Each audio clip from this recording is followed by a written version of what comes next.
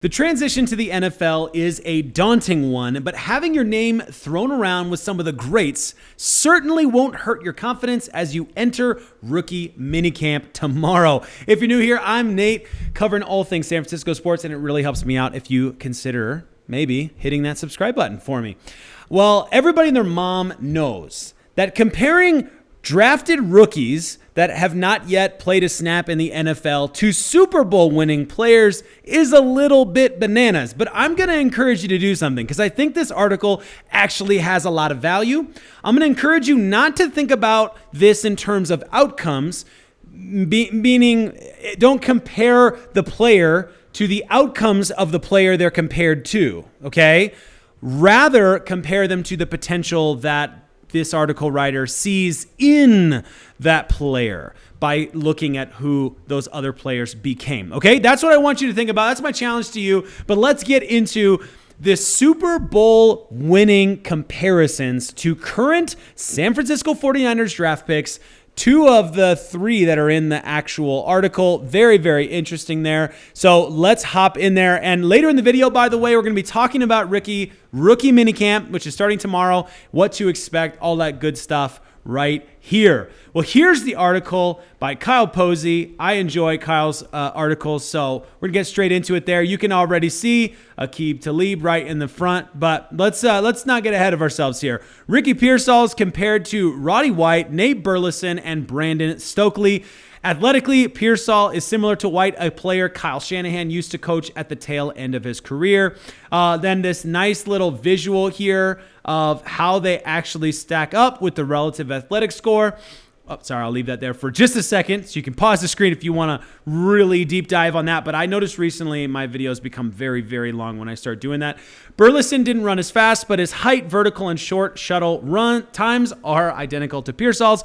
Their playing styles aren't far off either. All three players tested well, but come off as possession receivers when you watch them. Pearsall, like Burleson, has inside and outside flexibility and tracks the ball well. Like White, Pearsall will use every part of his body to get open and will be where he's supposed to be on time.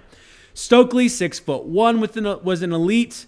With an elite short shuttle, was a chain mover who seemingly never dropped the ball and did most of his work out of the slot. He only went over 1,000 yards once, but we're not talking about a statistical comparison. If Pearsall is as sure-handed and reliable as the slot machine, the 49ers will be stoked. Yeah, I think you got that one. Renardo Green was compared to L'Jarius Sneed, Marcus Trufant, and Aqib Talib. Sneed, Trufant, and Talib were all better pros than they were collegiate players. Over-aggressiveness is sometimes viewed as a bad thing for Trufant. He's listed for baiting quarterbacks and coming up with plays in zone coverage. Sneed wants to take your head off at the line of scrimmage and dares you to run his way. Talib was consistently in, I almost thought that said prison for a second, and I was like, well, no, but it just said position, and that is half the battle. I love the comparison, though, because you do know that is what John Lynch is looking for. He is looking for players like this that want to take your head off and, can do so mostly within the rules, of course. And then finally, Jacob Cowing was compared to T.Y. Hilton.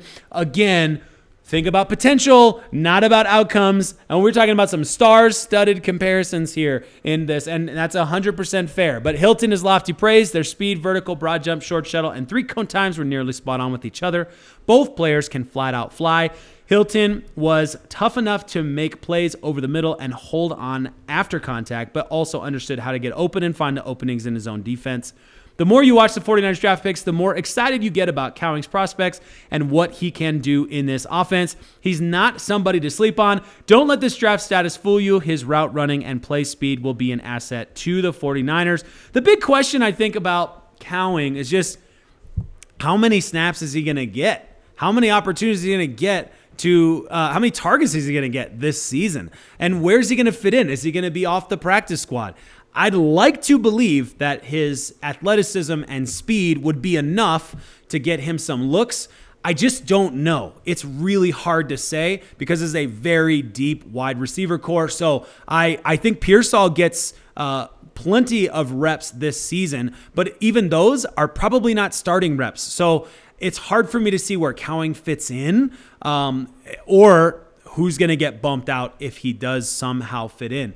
That being said, love those comparisons. And again, if you're thinking about who these players could become in terms of play style and some of those basic stats coming out of college, that's pretty exciting. I'm not going to complain about any of that comparison there.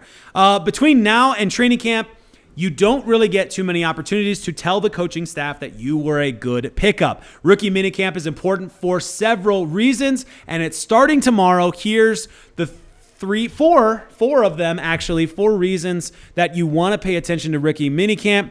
1, it answers the question, are you depth or are you a starter? That is an important question to try and give answers to right away as a rookie. You want to get in there and get after it. There was a really cool interview, and I'm forgetting who it was, so I feel really bad, but it was posted on YouTube. There's a really cool interview with Dominic Pooney, and he mentioned like being nervous. You can see his face actually change when she talked about rookie minicamp, because he knows this is a tone-setting opportunity, and this is kind of your one shot in front of the coaches before you've got everybody else around you to really make it interesting and get your first impressions out there on the field, right? And granted, everything's limited in OTAs. I'm aware of that, but it is legit. Like, it's not a joke that these players are stressed out about it because they do want to go in there and they want to make a great first impression. Reason number two is it answers the question, are you enough to fill out the roster, or does the front office need to pick up more depth in free agency? In other words, they drafted you or you're an undrafted free agent, and you need to convince them that you are enough that they don't need to put you on the practice squad and go find somebody else to take your spot. We know for a fact, there's no doubt that a lot of these guys are going to end up on the practice squad. Unfortunately, a handful of them will. And hopefully the guys that we're most excited about are the ones that end up making the 53-man roster, but it just statistically can't happen to all of them. So yeah, this is your shot, rookie minicamp, to make those first impressions and say, hey, I'm plenty of good depth. You don't need to go get somebody else. Fill the practice squad. Don't fill the 53. Number 3, are you, your skills and demeanor and attitude, the fit that we thought it was, or is our game plan for you going to look different? Which could it be a game plan on the field, or it could be a game plan off the field? Who's to say? But it is a question that I do think is answered when you start getting in those you're in the room together and you start getting reps together. You see how everyone interacts with one another under a little bit of pressure, all of that good stuff. So I think rookie minicamp is an exciting time for you to set the tone that the guy I was in interview, the guy I was between the end of the season up to now, and everything that happens along that little journey there, pro day, all of that stuff, you want to make sure that you are setting the tone that you're that same person.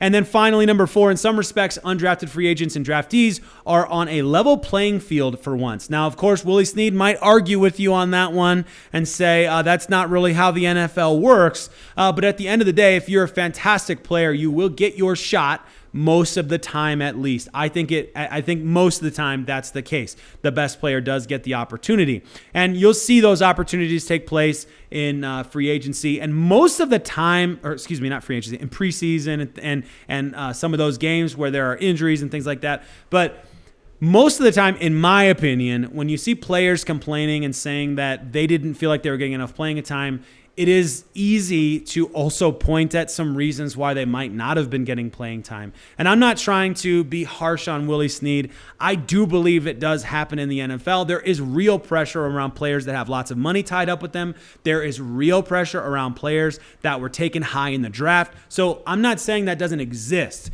but the rookie minicamp is an opportunity for those undrafted free agents to try and make a name for themselves and show why they belong to be there. I'm thinking like quarterback Tanner Mordecai. He's going to want to make that top 3 QB list. And so he's going to be showing off there, trying to say, hey, I know you didn't draft me.